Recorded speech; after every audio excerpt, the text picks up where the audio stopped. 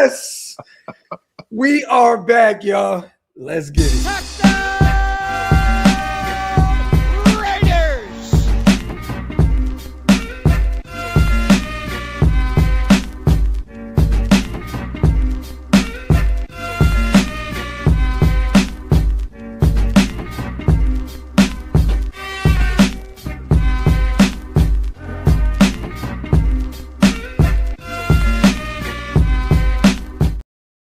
Yo, salute to everybody already here in the building, man. You guys know what time it is. We are back after a brief hiatus. Welcome to the latest installment of the Graphk and Wasted Show. Or the Wasted Graphic Show, whichever way you like to slice it. What is the deal, my brother? My brother, man. Salute also to the greatest chat in YouTube history. As always, make sure you guys wipe them feet. Pay your bar tabs over at Wasted's channel. Hit that subscribe button on both channels if you can. Man, Wasted is on his way to 20K, you guys. We can't get there if you do not hit that subscribe button. It does not cost you a thing. And before we get to this show, man, we're going to have some fun today. Salute to 2-4. Graphk and Wasted. The hairdos on your heads are 100 a fit on these two pipe layers. Always appreciate that fire content. Keep up the amazing work. Yo, 2-4. First and foremost, pause. Pause, 2-4. Listen, man. Listen, bro. I have got my certification in pipe fitting and pipe laying. Yes. I fit miles of pipe. Yes. Yes. Yes, man. We started, you know, when Porky Pig was a piglet, man. You know, we was activated. Real quick, man, salute to my guy Loso. Graphk and Wasted look like Detective McNulty and Bunk from The Wire on that That's thumbnail. Crazy, yo. Bunk from The Wire is insanity, bro. Yo, I gotta be McNulty though, bro. Bro, Bunk from The Wire is crazy, bro. Yo, man. As always, appreciate you guys so much for rocking with us on this beautiful Sunday. Hey, real quick, I want to give some extra love to somebody today that actually sent me a long email. I can't read it all because it was an extensive email. Sent some love, man, to me, a Wasted, man. Salute to our guy, Jerry Adler, New York-based guy, New York-based Raider fan since 1974. I just want to say salute to him, man. He gave us some very, very encouraging words. Also sent us a $50 Venmo that we split up, man. I want Jerry to know first and foremost. First, I text Wasted. I said, you got to get this 25 in blood. You know what I'm saying? But you always trying to get on some threatening. Listen, I was just playing though, but I want Jerry to know, bro. You know how we do, man. We yeah. You know what I mean? So, yeah, man. But salute to Jerry, man. As always, I appreciate you, brother, so much on the donation, but also, man, the words that you have for us, man. It really, truly means a lot, man. How we feeling, Wasted? I'm feeling great, man. Family's good. Everybody's great, man. And to be real with you, it hasn't been a whole lot to talk about until today. Yeah. I mean, look, we took 4 days off, probably like that. You know, again, we're not people that are just going to come out and force content. We don't want to do that. There's nothing to talk about. We're just going to take a little brief hiatus. Today, I actually had a chance to go out and watch my son play at his tournament. 5 games today. Went out there, man. My boy went out there and balled out, won MVP. They won the tournament. My boy had I think 2-3 touchdowns. He had a pick. He had like 10 catches. My boy went out there and absolutely cooked. Salute to my son Elijah, man, and salute to his team, man. The coach and everybody, man, they're really good people. Salute to my guy Chase, man. So it's always good to see the youngin' out there balling out and doing his Dougie, man. Salute to Mello as well. Salute to McNulty and Bunk. You know what, man? I think the next thumbnail that we do, Wasted, has to be The Wire, bro. You got to do it now. You got to do it. In Baltimore, it's just fitting, right? The whole Max Crosby situation. Yeah, I tried to put something together, bro. But the thing was, I'm like, yo, I'm not trying to be Omar. So yo, Omar coming. Yo, listen, bro. You know what I'm saying? It did like Chris and Snoop. It's like, who's gonna be Chris? Who's gonna be Snoop? I know, right? It's dicey there, bro. I mean, but we could just be the two kingpins. We could be Avon and String, but it's just but then it's like Marlo. Yeah, but two different sides of the city. It wasn't quite gelling. You know what I'm saying? Listen, I know I could definitely be Avon Barksdale. I could definitely be Wood Harris. He could be my cousin. But Salute to Loco, man. Hey, you know I've been high on Chris Johnson, the corner out of San Diego State, since day one. So yeah, that's your guy. If they decide on going corner there at 36, which we'll talk about the draft a little bit. We'll do a mock draft on the way out as well, you guys. I definitely have kind of a certain way that I would personally go about this draft. Those 3 4th-round picks, I have kind of a plan there, and we'll talk about it. But if they took a corner, which I want a safety there, man, or a wide receiver. In the 2nd and 3rd round, give me a safety and a wide receiver. I don't care what order it is, back to back. If you go, if Emmanuel falls there to 36, you take him immediately. And then you double back, get Malachi Fields there in the 3rd round or Zach. I'm cool with that. But again, man, corner. I'm not with you on that one, bro. Okay. It's a little BPA stuff, right? Because then you got to look at certain guys, right? There's like edge rushers that are available. What about my guy, Malachi Lawrence? He'll be. I think what's crazy, Wasted. I think he's going to get overdrafted, bro. Yeah. I think Washington going to draft him, but I think the end of the 1st round. I think end of the 1st round. I think the Commanders might take him, bro. Early. I think they might take him early, bro. He's a athletic, bro. His athletic score, his real athletic score out of 10 was a 9.94. The dude is a monster, bro. He's just one of those guys that you'll just plug him in out there and tell him to box and contain. I seen him at the Shrine Bowl, and he looks like a ball player, bro. He looks like a ball player. Yeah, Malachi Lawrence, that guy's a man. I had him on my list of people, man. But if there's by some reason, some stretch of the imagination, that kind of an athlete is available, I'm taking. Okay, even with Max back, even with going out and getting Quiddy, even with bringing Malcolm Kuntz back and Brennan Jackson, year 2. Again, we still got Tyree in the building.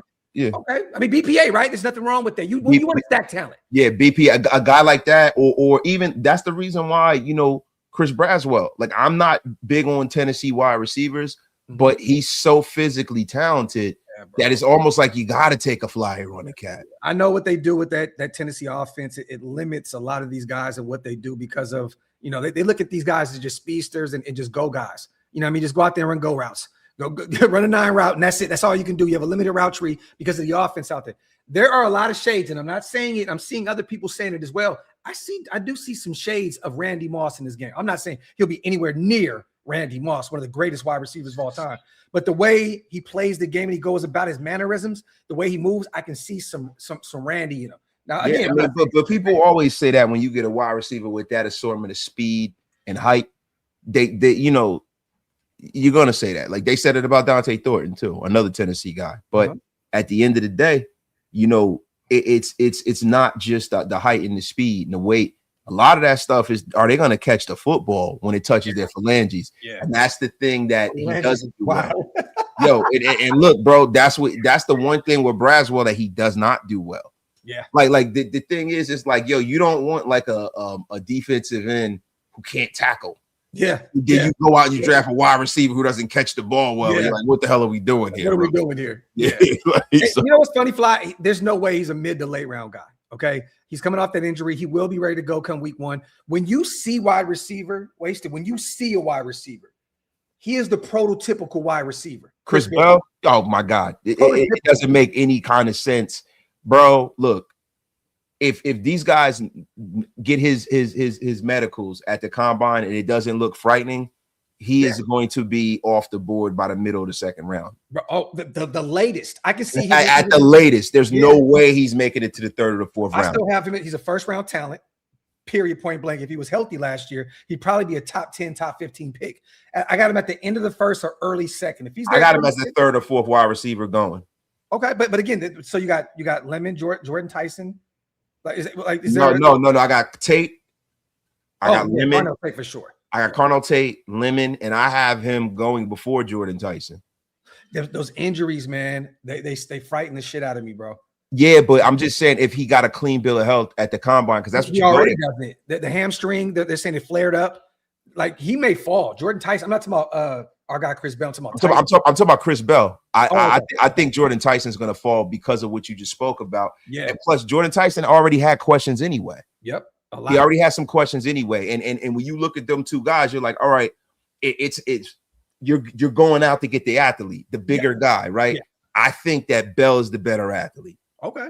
That's the guy you take first. Okay. And look, man, these guys heal up from these injuries and they have long, illustrious careers. So I'm not here to say that Chris Bell is not going to be a dog. He has star written all over him when you look at him from a physique standpoint and from what he can do on the football field when healthy.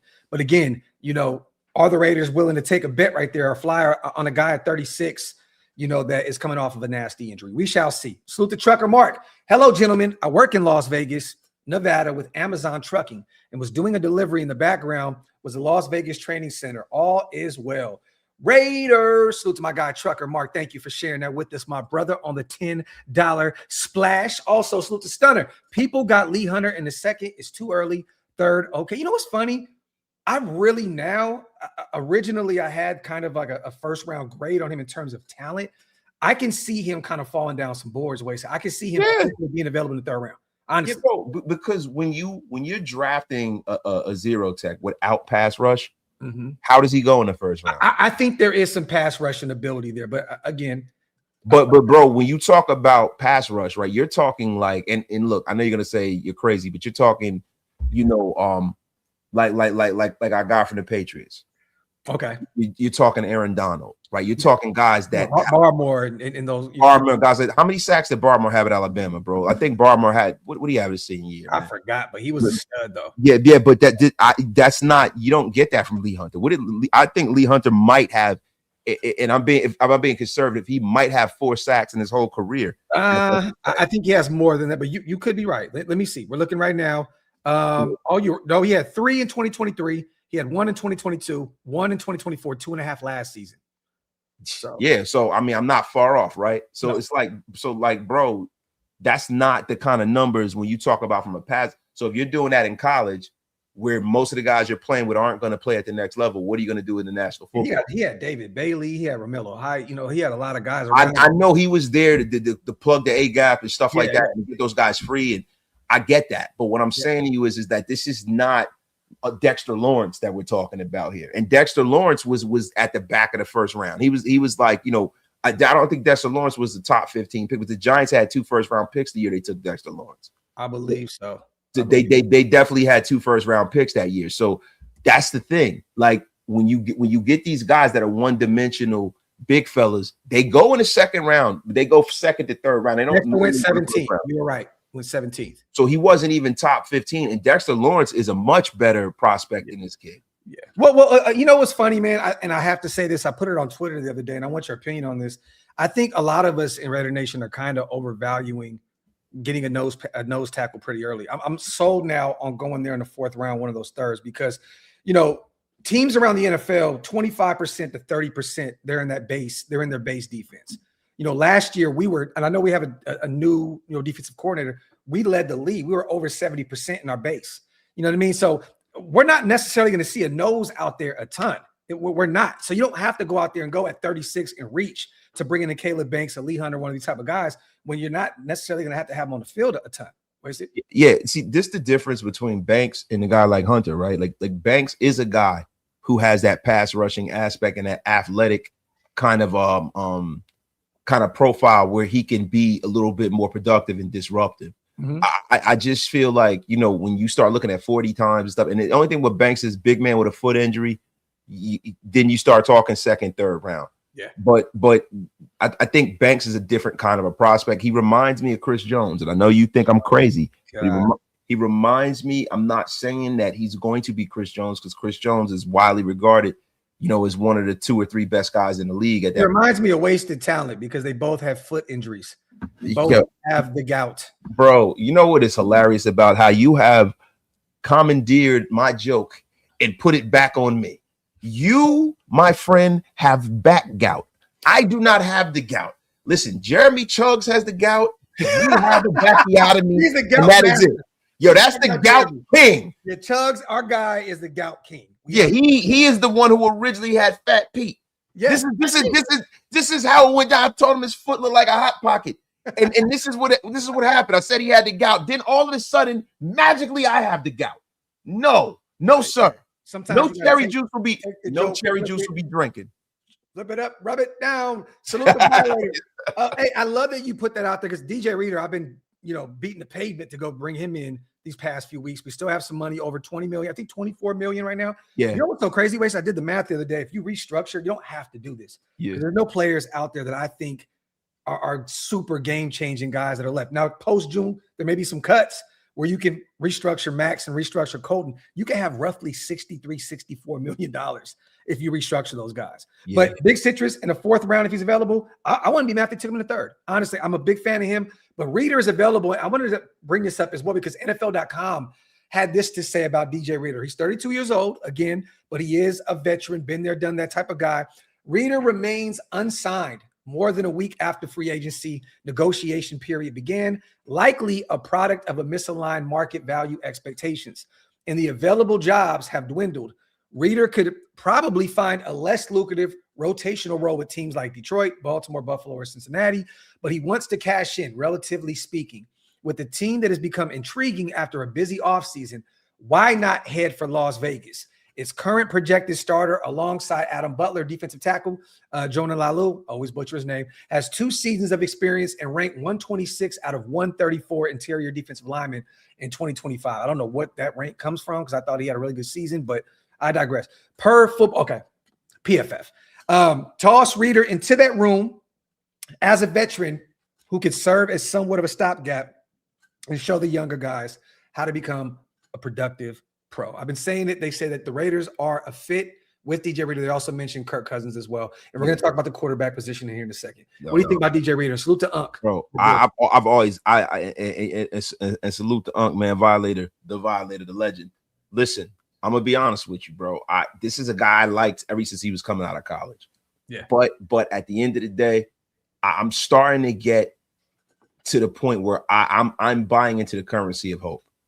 We don't necessarily have to go out there and make a move on Reader. He's floating around, twisted in the wind, waiting for a job. I think most of these teams out here are going to see what they do in the draft, how they walk away with the currency they have in the draft. Because the Raiders have filled so many gaps that it's almost like, you know, man, the draft is just pretty much BPA every round. Yeah. Right. So it's like I would prefer to see what the Raiders do early at defensive tackle before they go get a Reader. If they don't get what they wanted in return, then and only then I would bring in a Reader. And I know that it sounds good because we want it all now. We want them to fill every hole, every gap now. Yeah. But I just, when I look at this team, it's like you've addressed the quarterback, you're getting a quarterback. Yeah. And there's no real pass rush there either way. I mean, the guy has 12 and a half sacks in his career since 2016. Yeah, and that's the thing. So we could possibly be bringing in and allocating resources to just a guy, right? Yeah. Because when you talk about Jonah Lualu, right? This is a guy. Lualu. Jonah Lualu, let me tell you something. That guy was pretty damn productive. He didn't get as many snaps as people as I would have liked to see him get. They were doing the rotational thing, but he is super disruptive. Yeah. He is a terrific rotational guy. He led the team in sacks for a while there. Yeah, and he's terrific. So it's like if you're going to bring in Reader to be just another body, you might as well bring that body in as a rookie. Yeah, I hear you. Brandon says L Phalanges. Salute to my guy. The Vandal himself. To Felix as well. What do you think about Jacoby? We've spoken about Jacoby Lane a ton. You know, he was kind of the 1B to Lemon's 1A out there at USC. Big body guy. I have no problem if they want to go address the wide receiver position there in the 3rd round.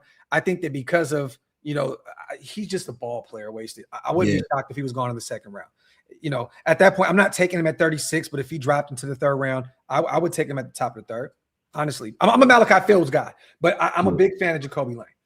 I'm a bigger fan of Jacoby Lane than Malachi Fields. And you're a Notre Dame guy. The disrespect. But bro, like let's be for real here. Let's start looking, and we scout the player, not the helmet. Mm-hmm. But at the end of the day, when is the last impactful wide receiver that's come from Notre Dame? Well, I mean, you know, it's been a little minute, but look, and I think it's starting to return here. We got Fitzgerald's son, we got Jerome Bettis' son. Yeah. Coming back around, right? But that's a running back. We're talking about wide receivers, right? The problem with Notre Dame is that Notre Dame does not really covet speed. You know, it's not that kind of program. Like Malachi's he's not the fastest. Yo, so Malachi, he's a sub. He's not even a sub 4.5 guy. This is a 4.6 guy. And we're bringing him into the NFL, and then he's not the greatest route runner. Okay. So what do we have here? Do you want to talk about production? Because Jacoby Lane, 2023, 93 yards, 2 touchdowns.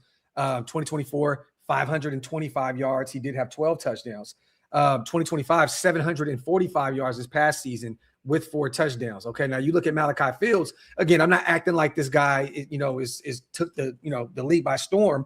But 630 last year, 5 touchdowns. The year prior, 808, 5 touchdowns. The year prior to that, 811, 5 touchdowns. 2022, 58 and a touchdown, and then 172 in 2021 with 0 touchdowns. So we got to put some context to that, because when you start talking about Lane and you start talking about Fields is the X. He is the #1 receiver at Notre Dame. Yeah. Lane is not that. He's not that. He has another guy that's going really high in his draft playing right next to him. So he's not the #1 guy, man. So do you think he'll be a #1 at the next level? Because we already have a slew of potential #2s in Jack Best, Trey Tucker. We don't know what Dante is at this point. I think the jury's out on all these guys that are going into the league, whether they can be a #1. Even guys like Tate. The jury's out on these guys. There's no guy in this draft that's a stone cold lead pipe X #1 receiver. Not even Mekhi Lemon. Like Mekhi Lemon has the ability to be that. He's not an X anyway, But I know he's not an X. He's like a slot guy, but he's one of them guys that You're playing it out, but he's not an X. He's not an X. But what I'm saying is he could be a team's #1 option, possibly based off his skill set. He runs the full route tree. He attacks the football. He's aggressive. We see it with JSN. We see it with St. Brown. We see it with Zay Flowers. Yeah, we see it. We see it with the guy, JSN. Yeah. He's very, very JSN-esque, right? So he could be the #1 guy, right? But with some of these guys that are coming out this year, these guys are depth pieces. They're very good young wide receivers that can develop into that. When I look at Tate, to me, he reminds me of Jarvis Landry. Ooh. He reminds me of Juice. But let me tell you something. There's a guy out of Oregon. He's a wasted guy. I'm just gonna put it out there now. Malik Benson. I knew you were doing this. Listen, I love it. Look, and I know Malik Benson's a smaller guy. I normally like my wide receivers bigger than Malik Benson, but he is just one of them guys, man. That's just one of them smaller wide. He just reminds me of that Santana Moss kind of a player that just attacks spaces in the field. Is he going to break that Oregon curse? Because those wide receivers don't translate wasted. Yeah, I know. It's like Tennessee too. It's the same thing. And listen, our guy Dante Thornton, I got a lot of hope for him, a lot of praise. We both do. Hard. Yeah. He has a great attitude. I gotta say, Wasted was a Dante guy from day one. Yeah, I was. And the thing about Dante Thornton that I love is the work ethic. Yes. I know that because he has all those physical traits, if he just works, he's going to figure it out. Yeah. If he works, he gets to somebody that can get him the ball, he's going to figure it out. He's in Atlanta right now going crazy with the work. Like I even reached out to him. I always talk to the family, but I reached out to him. He is like buried in work. He's not even playing around responding. Yeah, bro. With Troy Franklin and a few other guys out there in Atlanta getting to work. You love to see it, bro. You know, when we speak to him behind the scenes, what his mindset is, bro. There's a lot of people that are very successful in the National Football League who don't even work the way he does. Nope, at all. I know that Dante is going to figure it out. Yeah. The thing is, I don't necessarily know how a lot of these guys are going to really respond. Are you going to figure it out, bro? That's the thing that I have to worry about. Salute to John Bailey, man. Y'all are the men in black. Salute to my guy, John Bailey, on a $2 smackaroony. Salute to Raider Prime. The thumbnail is fire. Raider bites Crockett and Tubbs. That's my dog, not Crockett and Tubbs. My guy, Prime. Salute also to Snake Fist. Blessings to Mount Shillmore. Blessings to you as well, my brother. Always good to see Kempo in the building. Trucker Mark, when will you guys have a show with Raider defense? OG. Oh, the mighty Stu. Let me say this, Truck. If you guys can too, I would love for this. Nothing is going on with our brother Stu. Say some prayers for our brother right now. He's going through some potential life-changing stuff with the NFL right now that can really, really put him and his family in a beautiful situation for the future. If you guys can, man, put some prayers into the universe for our guy Stu. He can definitely use it. Again, he's healthy, he's okay, but he was very nervous these past few weeks with what he has going on. He's not really healthy, so well, you know what I mean. But yeah, so look, we don't want to talk too much, but no, he got some things going on. He has a ton of issues, but to us, he's healthy because it's Stu. You know what I mean? Like he's always going to be Stu to us. But salute to Trucker Mark. He will be here very, very soon. Hey, salute to my brother Demon King in the building as well. If you guys can, man, send some love up to our brother as well. He just totaled his car too the other day, bro. Jason. Damn, man. Jay, you all right, bro? Bro, I hate to see it, man. My guy hit me up. I'm like back to back, like weeks. We both cars are cooked. So to my brother, I always tell you, man, if you need anything from me, brother, we're right here every step of the way for you. Loso, Ted Hurst is another name that is very interesting. He's a D2 talent, played at Georgia State. He's another guy that kind of took the Senior Bowl by storm. And beast. Yeah, he's a monster. I wouldn't be against. Look, I'm not one of them. Oh, he's a D2 guy. He didn't play against. I don't give a shit. Look, I would love to bring in Ted Hurst if they go in that direction. I have no issue. Yeah, but I'm not Early, I'm not taking a sniff before the third round. And no. But again, he may be gone by then. He has that kind of talent. But again, we shall see. We shall see. So Solo. Okay, so this is, I wanted to talk about this briefly before we keep rolling on with this show. There's a lot of rumors and rumblings, you guys. I know Chef and all those guys are putting.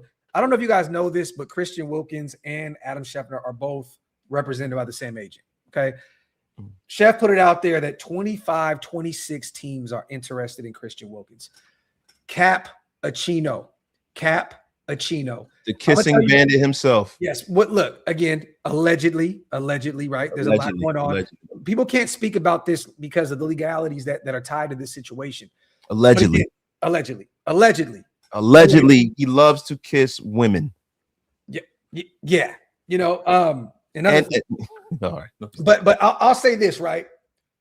No team is interested in him right now.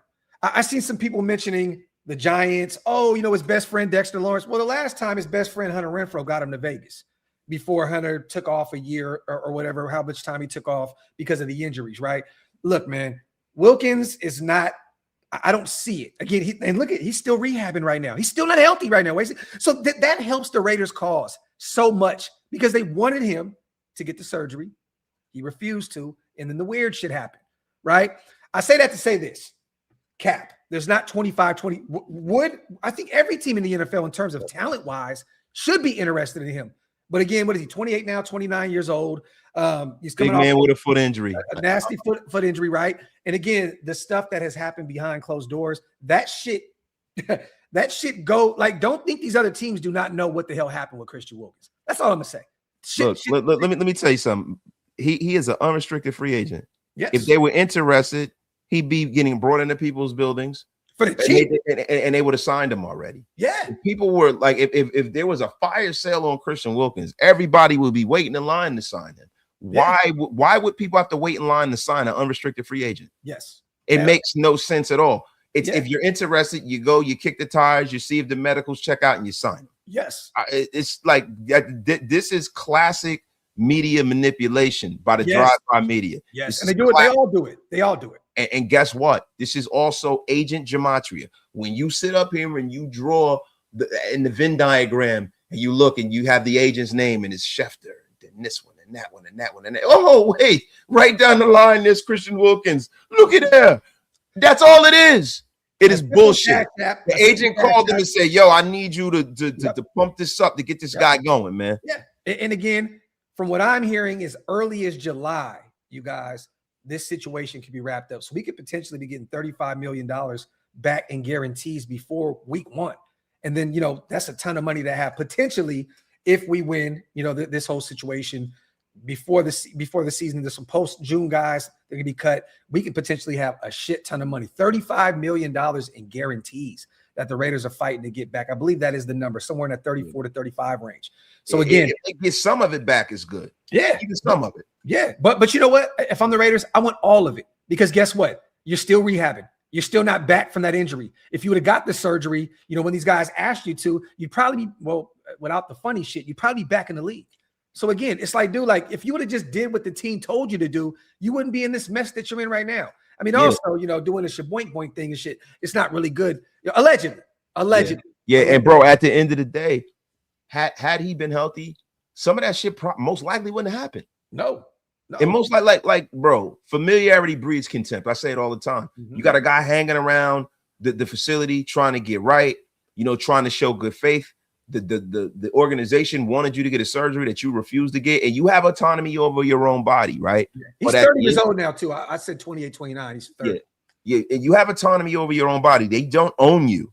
But what they do is they own the bird rights to your contract, and they own the right to whether they want to pay you. Yeah. Like you have to like color inside the lines when they're paying you that kind of money. He screwed around, and right now, if he was ready to play football, he would be playing football. Bro, it's March 2026. A year and a half. And he's still recovering from a Jones fracture in his left foot. Like think about that. It's 2 years pretty much that he's still dealing with this. If he would have listened to the organization, this is why I don't see in any world that the Raiders lose this case. I don't see it.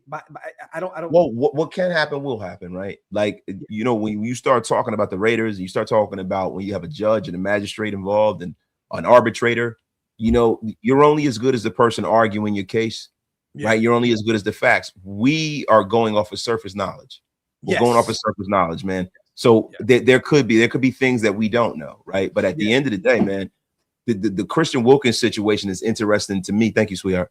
The Christian Wilkins thing is interesting to me because at the fact that now that the organization has been proven wrong, are they going to take that in consideration when they levy their decision? Because the team was right. The team was right to tell you to have this surgery because you would be back playing now. They've been proven right. July 2025, you guys, the Raiders told him to go get the surgery. He refused to do so. So guess what? The Raiders released him. Failure to maintain his physical condition to play. And then he filed a grievance with the NFLPA. And now we're here still playing the waiting game. But I'm telling you, grieve a lot, and he still can't play. If this would have washed out, Graphk, I didn't mean to cut you off. If this would have washed out and he would have been healthy, he'd be back on the market. They would have lost this case. It would fly because I know I have experience with stuff. They would have lost this immediately. But the fact that he's still not ready to work, still not ready to play, shows you the Raiders were absolutely right. So I think that you're right. I just, you know me, I always got to be pessimistic when it comes to stuff. Well, we're Raider fans. We're not used to having good things. You know what I mean? So at least in these last few decades. Salute to Demon King. I'm good, fellas. Much appreciate the love. Just another speed bump to get over. Also, Fields is the guy. Talk that Notre Dame shit. Demon King. And Jay, come on, bro. Don't do that. So it's my boy Oliver. He said the thumbnail. Speaking of Notre Dame haters, even though I thought Wasted was a Notre Dame guy. I am not a Notre Dame hater, bro. This guy all aboard he's a Notre Dame hater. I learned that the other day when we did our show. Phenomenal show. I might add, my guy all aboard is phenomenal what he does. But the Notre Dame hate will not be tolerated. All aboard is hereby blocked from Raider Nation Unlimited. You effing bum. We were supposed to do a show a year and a half ago, Rodney. You're an effing bum. You're blocked. You heard the man. Salute to S. Dot. Hell, let him go ball out with other teams so Wilkins can get that Bozak. Not the Bozak. Bro, salute to anybody who knows what a Bozak is. Yo, that's 90s shit. Early 90s. That's some kid and play shit. Yo, hey, real quick, you guys.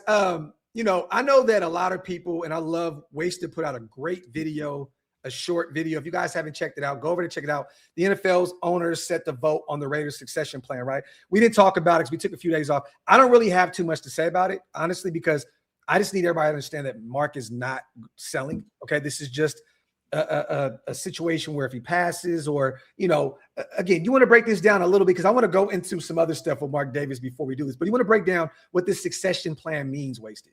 Well, what the succession plan is that, you know, every team has to have, you know, a succession plan in case the owner dies and he doesn't have heirs. Mark Davis doesn't have an heir. Like teams with heirs, like I'm going to give you an example. Like when Jim Irsay. He does now, baby. He does. Yes, now, he does. He does. Wow.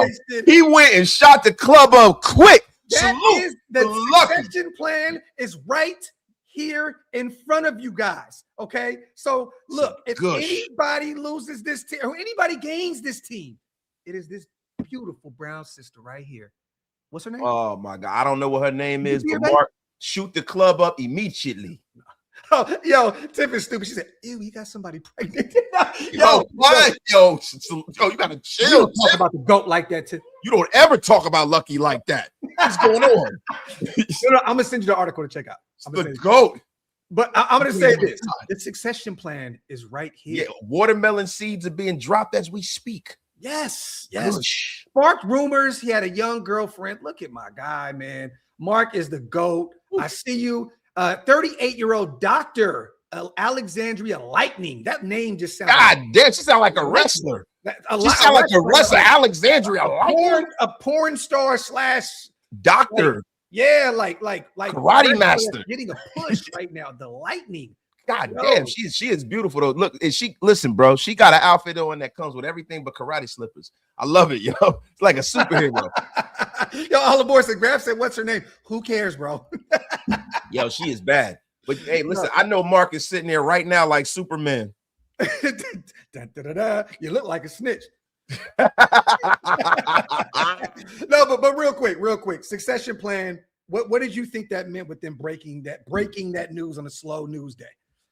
I mean, look, man, I think it's something that needs to be voted on. Is always newsworthy when you start talking about the Raiders. But I think most of why this is to me newsworthy is because the guy that Tom Brady got into bed with to be able to purchase his stake is the person. Yes. Egon. That is the guy that would be Mark Egon or Mark Egan. His name is Egon. His first name is Egon. Like okay. Okay. Oh my God, his name is, because I'm getting old now. Graphk. I used to remember everything, but I think Egon Durbin. Durbin, there you go. He's the CEO of Silver Lake. It's all coming back now, right? Yes. And that would have him have the first right of refusal to purchase the Raiders and the majority stake in the Raiders, right? Yeah. He's also with this deal going to purchase another 7% of the Raiders. And listen, Mark's not selling a team; he is going to be the owner. But the fact remains, Mark Davis is 71 years old. Yes. 71 years old, and you got to have things in place because he does not have, family members and children. And even if he were to have a child now, right? Say, for instance, if Mark lives to 90 years old, which would be lucky, the kid would be 20 years old. Yeah. So there has to be something in line for him, and it looks like he is committed to excellence real quick. And it looks like he just won, baby. So he's sticking to the code. He's sticking to the formula, Wason. I'm here for it. Listen, man, I don't understand why he hasn't dropped some watermelon seeds before. I mean, there's too busy at 2 restaurants, man. You know what I mean? I mean, bro, he listen, man, he should have kids like Books of Spades. 4 and Impossible. He should have kids floating all around this country. Hey, man. Salute to the GOAT, Mark, man. It's good to see him. Because I love that this dropped after that news. Like, it was just like, to me, it was like a perfect troll. Yeah, Mark was like, yeah, we got this taken care of. Yeah, because I salute to Amy. And again, you guys, we have to follow up with the Princess of Darkness. I know we've been saying we're going to get her on the show. She's already committed. We got to reach out to her and get a date. But she came out and said that this is nothing. Like, again, she said she did this for Al. You know what I mean? Like the succession plan, with him in regards to the Raiders back then when we were in Oakland. So, there's nothing really to see here. A lot of people were DMing me saying, oh my God, is Mark about to lose the team? And so no, he's not. Bro. These guys are already in the building. They already own a stake in the Raiders. Mark Davis really has done really, really good business. Yes. There were a lot of things that he had to do. He had to take on some more partners. The value of the Raiders is at an all-time high too. And I think that's why this really matters, right? Because the Raiders could go for a record like $10 billion. Yeah. This is major money we're talking about. And him even selling pieces of the team that's evaluated at almost 10 billion now, 7% of that is what? Yeah. So that gives him the money to be able to take care of the tax situation. I think that's why he took on some more owners earlier this summer. Yeah. To be able to take on the situation from his mother dying and the estate taxes and all of those things that value the Raiders. Mm-hmm. And now he's pumping some more cash back into this Raider building. And what I said in my short, and I'll say it right here. Look, man, you Al, when it comes to football and winning, Al was terrific. But when it came to the business end of things, he was nothing like his son. His son is amazing. He's an amazing businessman. Yes. He outmaneuvered some of the biggest movers and shakers in Las Vegas. So I got to give Marcus credit, man. And I got to put it out there, you guys. Lightning is not his girlfriend. Just having some fun with it. She posted a picture. She went on to say, "This is me. Rumor isn't true, but thanks for the publicity. I'm a breast cancer survivor, new mom, and owner of a functional medicine clinic. Happy to help anyone with hormones, weight, and energy issues."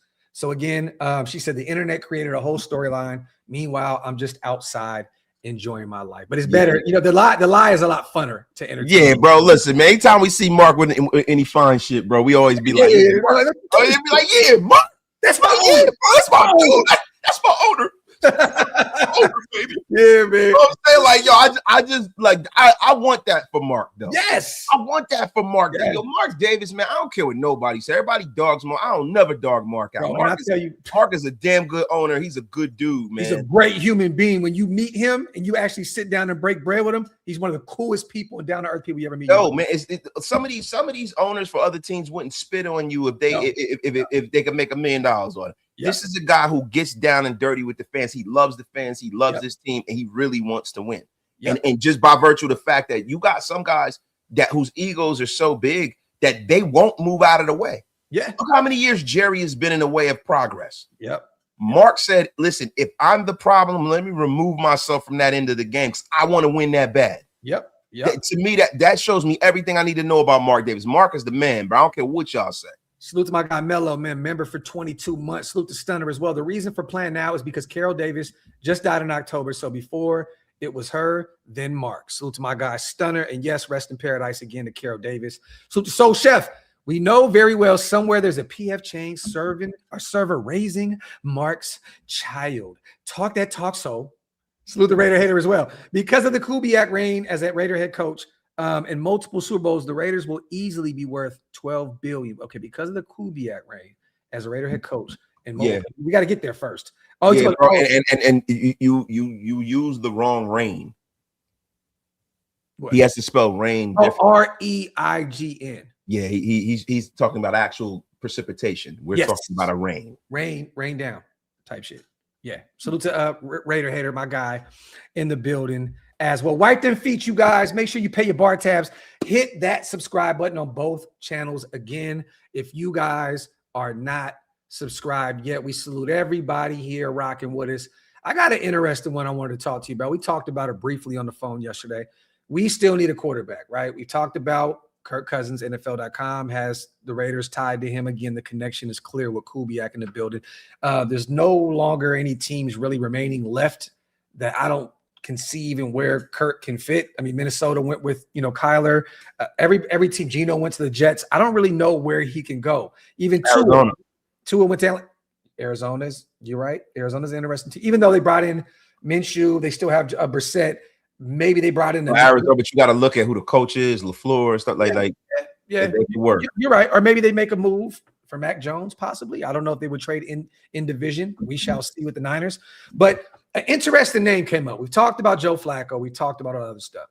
So take this shit with a grain of salt, you guys, because again, when you hear the name Jason La Canfora, you instantly think Cap, right? Again, allegedly, he's been let go from several jobs because of false reporting, right? And salute to Jason La Canfora. He's going to be a guest on the Wasted Talent show pretty soon. Salute to him. Listen, it's okay, Jason. We are going to get your eyes straight. We're going to get you back right. We're going to get you back saluted, goated, and back to where you don't get your job taken. We got to get that eye straight, bro. Well, there you have it. But on sportsboom.com, he said that the Raiders are another option if Aaron Rodgers chooses to not go to Pittsburgh. Mike McCarthy is the guy up there. We're still kind of waiting to see if they, the Raiders pull the trigger on the Ohio State, Will Howard. I know that Matt McCarthy has said that he's really high on him. I know they're waiting on Aaron Rodgers here, and Aaron does this every offseason, you guys. Again, we've talked about he can just walk off into the sunset now and retire one of the greatest quarterbacks of all time. But this is what he had to say, and I'm going to give you my take on it, and I want to hear Waste's take on this as well. He said, a source noted that Rodgers wants to be a definitive starter wherever he signs. And considering those starting opportunities are quickly starting to dry up, the veteran QB may have no choice but to get something done with Tom Brady and the Raiders. At the same time, the source noted that a deal would naturally be dependent on the Raiders actually wanting 42-year-olds. So again, it kind of sounds like Cap. They're using him as a viable option. This is the thing. If Tom and Spy really stick to that game plan of, I don't want Fernando Mendoza to play a snap, this is the move to make. If you really want to sit that guy his entire rookie season, if that's the plan, because Aaron is clearly your starter. Last year, he was still very productive in Pittsburgh. That offense really wasn't rolling like that. We know that Tomlin and those guys have been kind of that offense has been staggering out there in Pittsburgh. They have not been able to get it together for a while now. But Mike McCarthy, offensive-minded guy in Pittsburgh now, that they won a Super Bowl together in Green Bay. So it would make sense for Rodgers to go out to Pittsburgh. They just made some moves, brought some wide receivers, and they still got a draft. But again, I think that if they plan on really sitting Fernando for an entire season, and again, Brady with all the business acumen that he has, Aaron comes in, plays a year, retires, somehow, some way, wiggles some business with Tom Brady. I think this makes a ton of sense. He's a West Coast guy, right? I still believe he would retire. I think he's going to play in Pittsburgh if he does play, if he doesn't retire, because again, Mike McCarthy, they love each other. The connection is there. But if you truly want Mendoza, to not play a snap, do you think that Aaron Rodgers will be a good situation to bring into Vegas, and then Mendoza gets to learn behind one of the greatest quarterbacks of all time? Theoretically, yeah, right? You just talk about like on paper, oh, it's Aaron Rodgers. We lit, right? One of the great quarterbacks. But actually, right, you have to ask yourself, is Aaron Rodgers receptive to mentoring Mendoza, right? And also, he's currently holding the Steelers hostage right now. Yeah. Right. So it's like, bro, like this dude acts like he's 35. Like he's a 42-year-old quarterback. He's holding the Steelers hostage. They're waiting, right? And to me, I'm not getting in line behind the Steelers.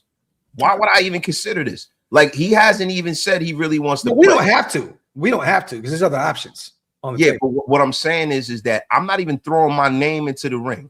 Do you want to play or not, mother effer? Yeah. You know what I'm saying? Because the stuff that he does for the last 5 or 6 years is shameful. And this is the thing. Some people say he's a great teammate. I've heard that, but then just the things that I see just from the eye test, right? Seems like a bit of a doucher, right? He seems like a bit of a guy who is really still really fully into himself. Mm-hmm. He seems like a guy that is not going to come here and nurture and water the plant of a Fernando Mendoza, right? And to be honest with you, I'm staying away from this. Okay. I'm staying away from this. I only mention it because of the Mendoza effect, because Kurt is probably going to play the first quarter of the season for you, possibly 4 to 6 games until Fernando's ready to go, or Flacco, he's probably going to come in to just be the backup off rip. I don't think he's going to be the starter, and then Fernando's going to start anyways. If they really stick to that plan, of saying we do not want Fernando to see the field at all this year. Now, again, if injuries happen, he may have to be forced to be out there. But again, Aaron is going to go out there playing 16 games last year. I mean, he had 3,322 yards passing. He had 24 touchdowns to go with 7 picks. And that offense was not dynamic by any means. But again, it wasn't his fault. 10-time Pro Bowler, 4-time All-Pro. I mean, he's done it all. You know what I mean? At the end of the day, we don't need any distractions in Las Vegas. But I would not be upset if they really stuck to that game plan of saying Fernando's not playing the snap and we really believe in him. But Kubiak and Aaron, man, I'm going to be real. The last year, if Aaron says, I don't trust what they have going out there in Pittsburgh, and I think that Vegas is a plan, I wouldn't be against it. I wouldn't. I would not be. Well, why would he not trust what's going on in Pittsburgh when he won a Super Bowl with Mike McCarthy? He played the lion's share of his career. All of his best years with Mike McCarthy. I'm not saying he trusts more than that. Personnel and the other stuff. You know, they brought in a running back, right? They went and got Rico. You know, I think that's great. Is a good running back. They have 3 running backs now. Honestly, they can run the football a ton. You know what I mean? So this late in the game, you don't want Aaron going out there and trying to win games with his arm every single Sunday. But again, you know, they just traded for a wide receiver, and they still have the draft to add another 1 or 2. I think they will. But this is the thing. What is he coming back for? Like, if you're Aaron Rodgers, right? You've already won a Super Bowl. I've been questioning that the last few seasons. Why are you coming back? Like, if you really don't have a real chance to win, right? That's why I don't see him coming here is not like, I don't want the time. Like, we're building towards something. Yeah. This is a guy that thinks that he would want to change the complexion of what's going on. I don't want a guy like Aaron Rodgers who has been, notoriously hard on coaches. You know, he's been really prickly and abrasive to coaches. I don't want him coming here and challenging Kubiak's authority. I don't want him coming here and being a dick to some of the guys on the team. Listen, it sounds good. And then this is the thing. We are under the guide saying that he would play every game. He might not make it through the season because of his age. So last year he did well last year, but the 2 years before that, he was gone. Well, the thing is also you're not paying him the money that he would want, because again, we don't have a ton of money right now. You can potentially get Kurt for a minimum or close to a minimum because Atlanta's paying us some money, and then again, Flacco, is coming in and you're not paying him nothing. You know what I mean? So Aaron would command a ton of money that we would have to restructure Colton or Max to. I'm not restructuring nothing for a guy that's that damn old. Agreed. That's only going to give you 1 year. Nah, man, you got to get in where you fit in, bro. Like, yo, this is not 2007, bro.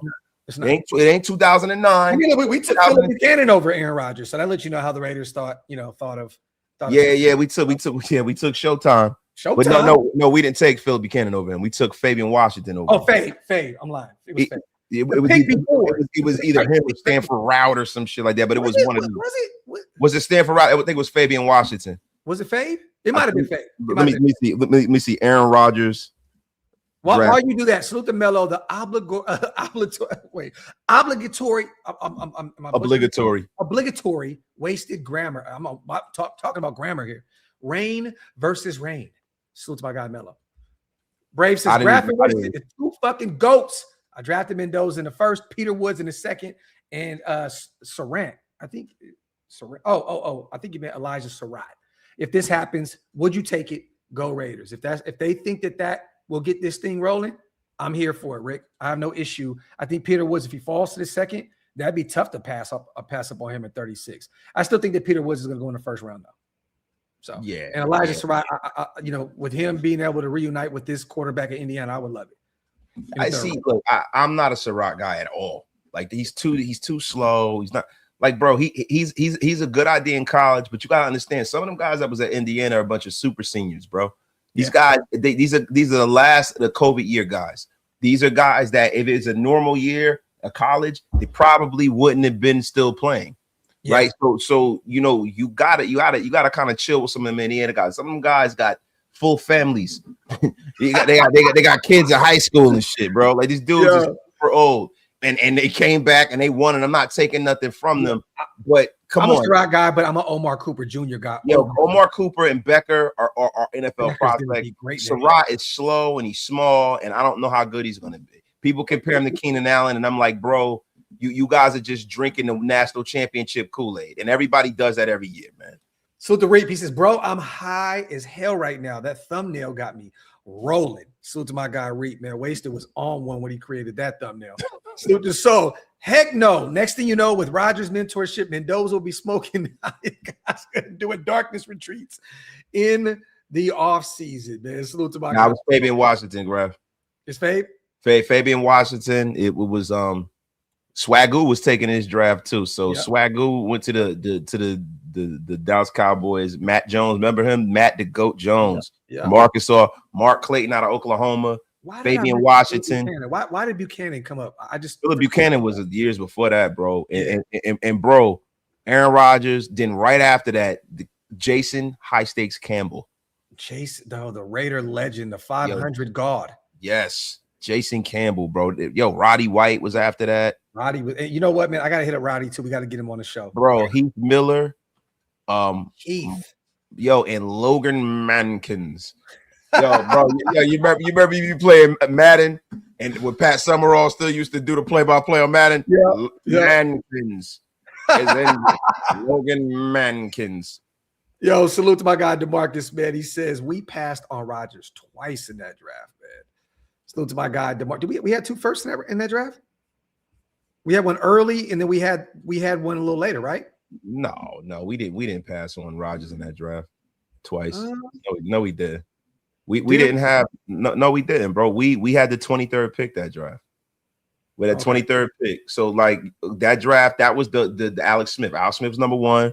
Ronnie Brown, Braylon Edwards, Cedric Benson, Cadillac Williams, Pac-Man Jones was 6.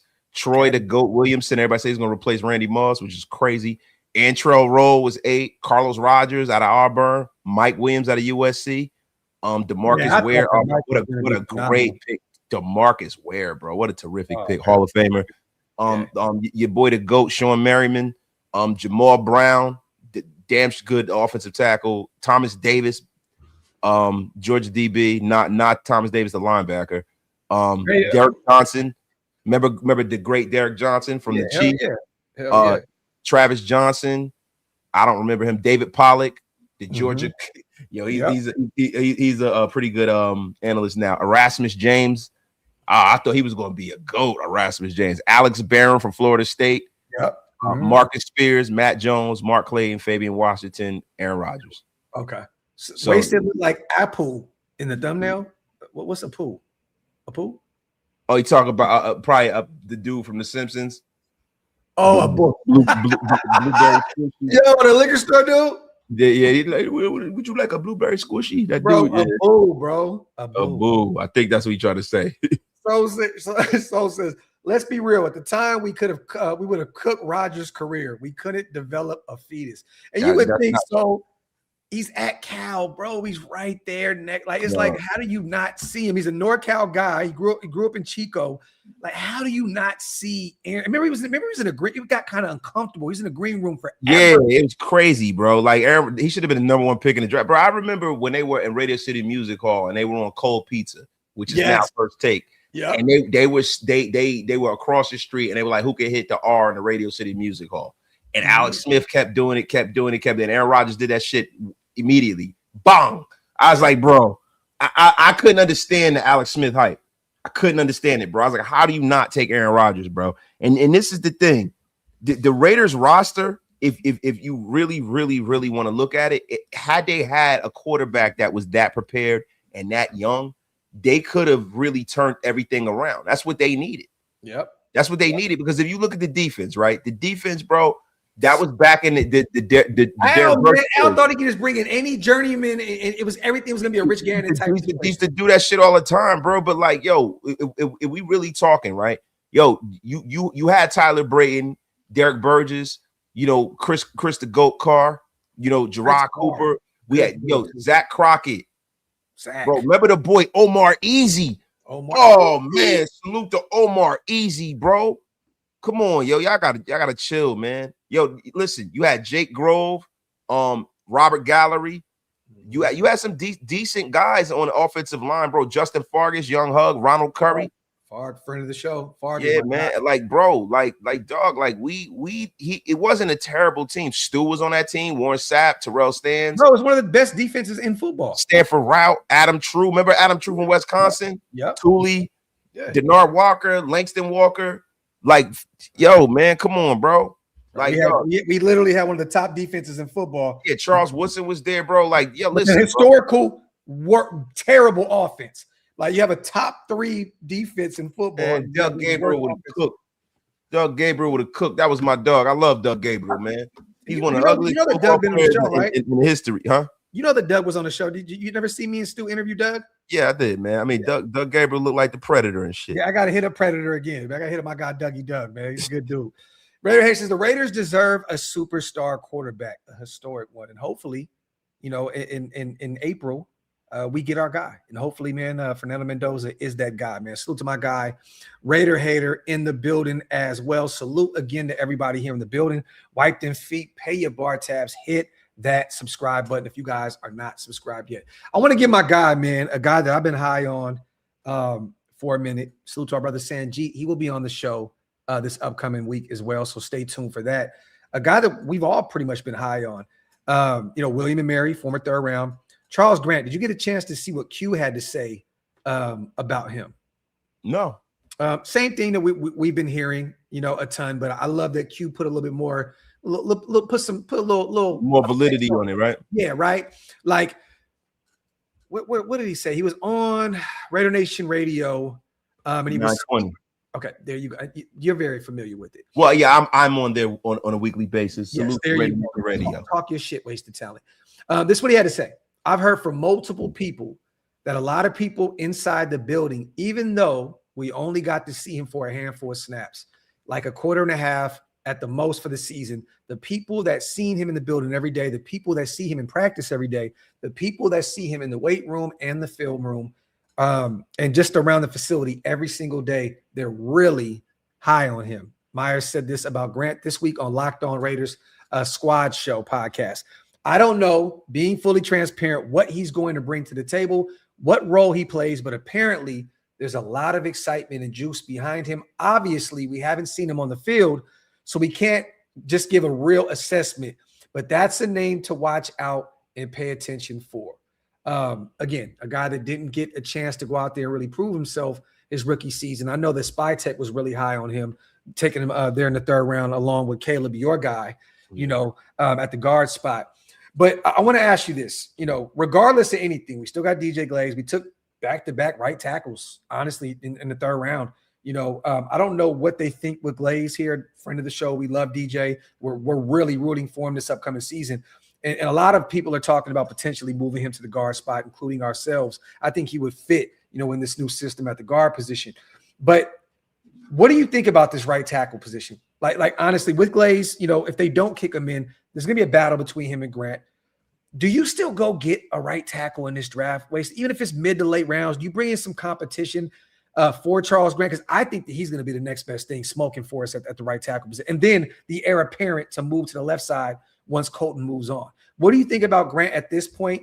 And do you want to go out there and potentially bring in another guy to compete at the right tackle position in this draft? Well, bro, you gotta realize something. It's not like John SpyTech is coming in here and taking other people's players and putting his faith in them. John SpyTech drafted this guy. Salute to my brother David Walker. Always good to see our guy walk in the building. My guy D Walk. But bro, this is a guy that he believed in. It's a guy he drafted, and this is the man's 2nd year. They have to let some of these guys from last year play, bro. They don't just draft these guys for no reason. So I think that my expectation is that he's going to be our starting right tackle. And I think that from what I saw from him last year, that's a very good expectation. Look, if I'm the Raiders, I'm taking BPA. His tape is phenomenal. His tape is phenomenal, bro. But there are other guys in this draft that are right tackles, guys that people think could be left tackles. This is one of those drafts where it's such a weird valuation on left tackles and guards and stuff, where you might have a guy that is rated at the top of the draft at tackle that just falls in your lap in the 3rd round. So then you take him, and then now you have an embarrassment of riches. This is a good problem to have. They're good football teams. When people go down, they have options. Like if you look at what they did with the kid that they got from San Francisco, right? That is a terrific move. He's 25 years old. He's played a lot of football. Did you see the deal? Got him for nothing, next to nothing. They got him for next to nothing. Burford is a guy who's played a hell of a lot of snaps in the beginning of his career, has some injuries. He played 9 of the last 11 games last year. Started. And this is a guy that, listen, if we're being honest, Jackson Powers Johnson is a guy that is injured a hell of a lot. And I don't wish that upon him. I hope that he plays the whole season and plays at an all-pro level. Yes. No, Caleb Rodgers, you don't know what you have in Caleb Rodgers yet. You don't really know what you have. I thought he looked really good last year. He looks great too, but in limited capacity. But you're hedging your bet. You don't have guys that are taking up space on this roster that just can't play. Yeah. This guy, Burford, he could play. He can play, and if you need him to step in there for an extended amount of time, you don't have a huge drop off in skill. And that's the good thing about having a young player like Grant. You can go out there and give him the keys, right? But if he messes up, it's nothing wrong with having another kid sitting there waiting to take that spot. That's what great teams do. They just have depth, especially in the trenches. You can never have too much depth when you talk about your offensive and defensive line. So that's the reason why, for me, my mindset, no matter what, is always to fulfill that room every freaking draft. And Burford is a guy, man, that again, you want him at the guard spot, but if you need to, he has played some tackle before as well. So he's a versatile weapon, and it costs you next to nothing. And you went to a Super Bowl with Kubiak out there in Frisco. You know what I mean? So again, a guy that has a ton of experience at the age of 25. That's our Denzel Good. That's our Khalif Barnes. Ooh, I like that. Well, more Denzel Good and less, I know it, and we love Khalif. We love Khalif, but again, he was a Swiss Army knife. You could put it anywhere. That's what you mean. Yeah. But Denzel Good was the same way. Good played right tackle. He played guard. Yeah. You know what I'm saying? He played left. Khalif struggled a ton, bro. Like he struggled a ton. I thought that Denzel Good was played starting level snaps. Yes. I think Denzel Good was better than Khalif. Yes. But the thing with Khalif is that Khalif was a guy that if you needed him to play whatever position, at least for a game or two, he could do it. And it didn't look terrible. It's just you couldn't leave Khalif Barnes out there for 8-9 games. No, not at all. You're going to get absolutely obliterated. Salute to my guy Lewis as well, man. Appreciate you. I don't know what channel it is, but we appreciate you, brother, so much. If you guys want to become members like my guy Lewis, hit the links up top. We both have our respective memberships, and it definitely helps us keep the lights on over here. CGR, my brother, gifting 5 OLV Raiders Network memberships. One of the Mob Fathers himself. Salute to all the new members here in the building. Salute to our brother CGR. We appreciate you so much for what you do for our platforms, man. Again, let's get a mock in before we get out of here, man. Anything else you want to talk about? I mean, not really. I mean, so are we going to start mocking each other? Mock. I mean, you big. What's it, mock? It's heard. Heard. Bro, yo, not Dumb and Dumber, bro. Now you gonna make me watch that shit, yo. You know what I want to do before that? I want to ask you this. What did you think about that flag football shit, bro? Bro, I think that it's clear what the NFL wants to do. They want to try to, monetize. The NFL is looking for another way. They're looking for another revenue stream to promote football. They're also looking for a way to make football international. Yes. So one of the best ways you can do that is a game that anybody can play in a park. Yeah. You don't necessarily have to be the biggest guy in the world to play. Like the players in the National Football League, when you see them, when you play against most of those guys, you can kind of tell where their life's going when you see them. Yeah. You see a big 6'5" joker walking around with 11% body fat that can do a backflip down the field. You kind of know he's going to the NFL, right? Yeah. There are not a lot of guys walking around the earth like that. So it's kind of hard for that sport to spread around the world, such as like soccer and basketball. Basketball is another sport like that too, but you don't need as many players. Yeah. With football, you just need so many ball players, right? I think that from what I saw, right, it is a nuanced kind of a game because it's not the same game, right? No, not That's at all. the reason why Joe Burrow and Brady and them are losing to a bunch of slappies off the street. But Brady still got it to me. That back in the end zone of Stefon Diggs was wonderful. Oh yeah. But at the end of the day, right? I heard Joe Burrow like dog shit. Look, Joe Burrow was out there, juking and jiving, and I start making me think about Robert Edwards. I don't know if you guys remember, but the New England Patriots were the ones who drafted Curtis Martin, one of the greatest running backs of all time. Ever. Curtis Martin had a terrific year. Parcells left, went to the Jets.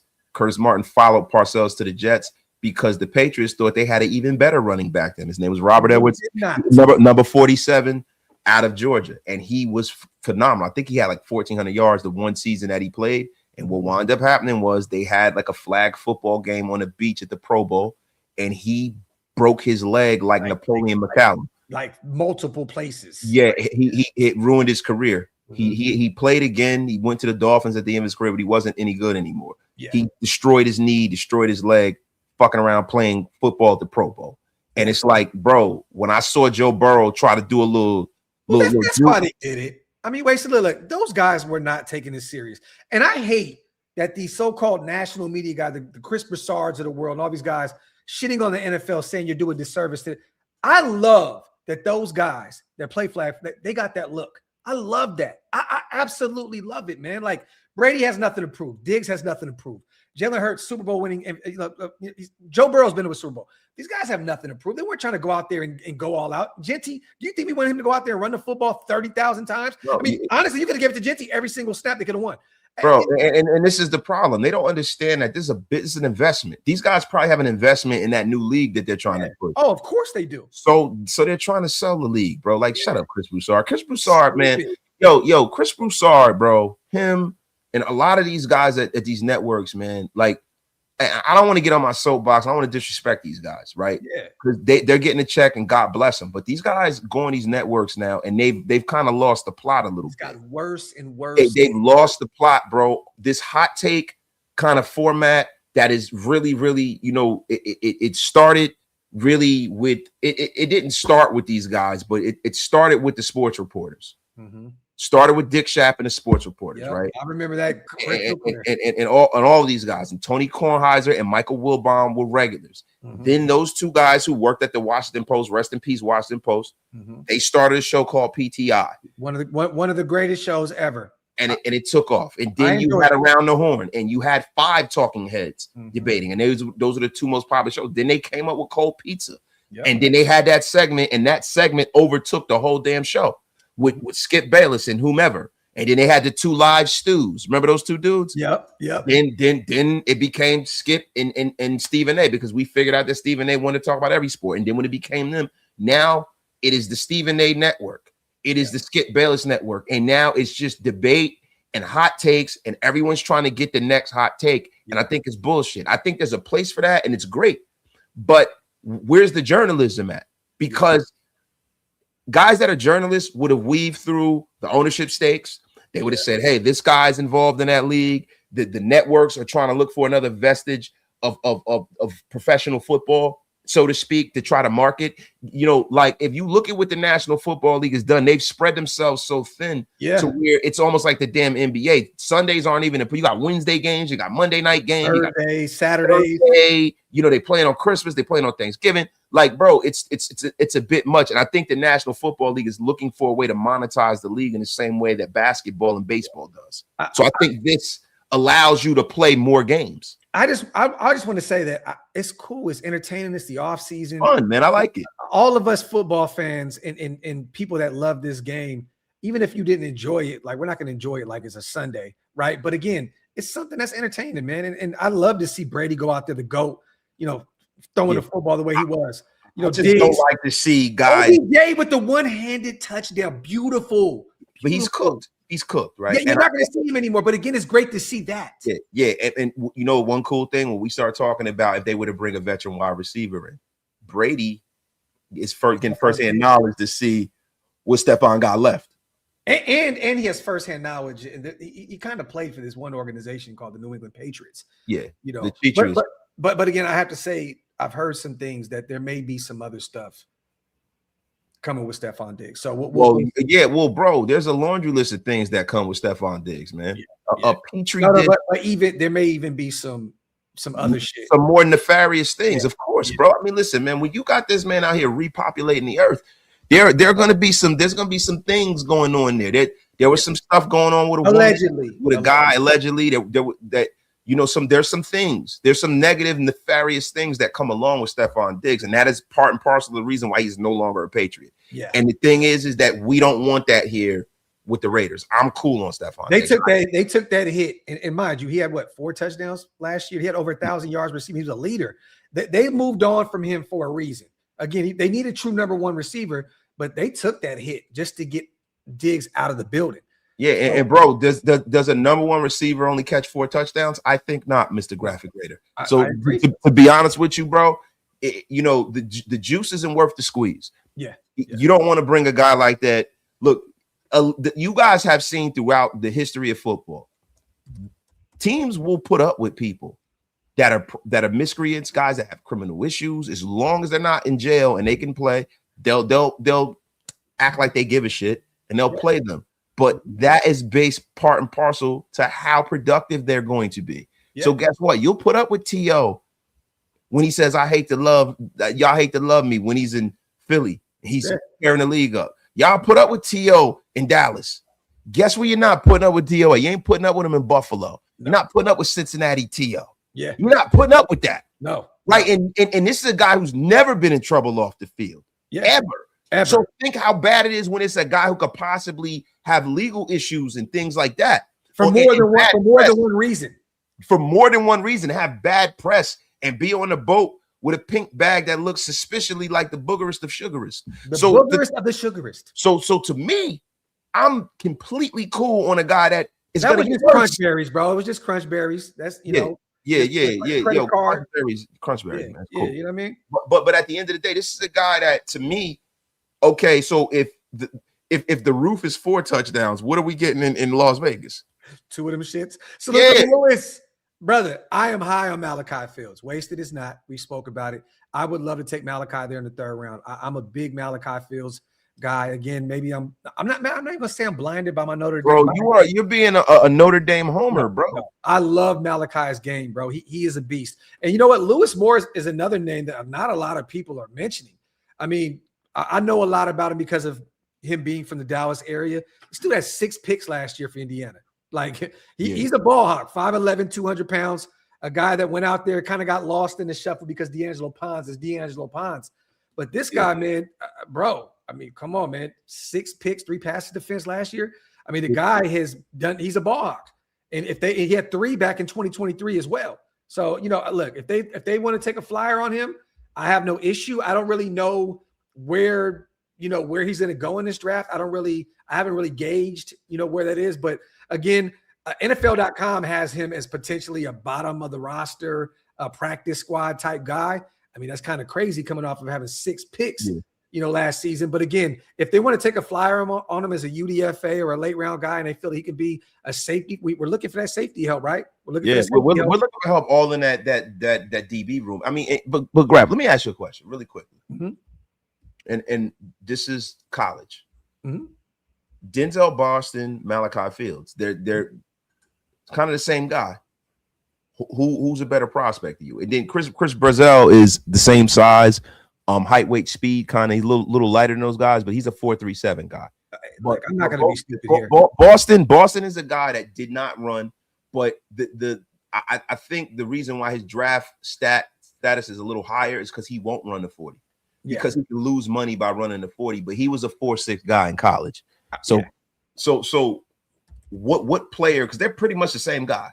I wouldn't say that. I honestly, I wouldn't say that. I mean, 6'4", 2 like in terms of that, I hear you, but I think that Denzel Boston can be a true number 1 at the next level.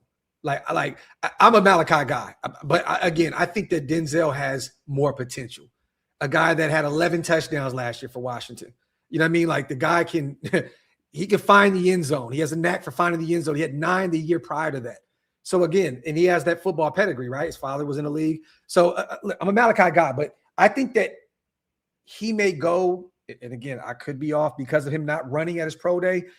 I still have him potentially as a late first-round guy, but I don't know if they're going to take him at 36. The Raiders may wait until the 3rd round to address the wide receiver position. But I would not be against bringing in Denzel Boston. I think he's a stud. I think he's a stud. The only thing with him is his release package needs a little work, man. Him getting off the line. That's what she said. Wasted. Oh, big zoom. Oh my God. Listen, I forgot to turn on the damn drums.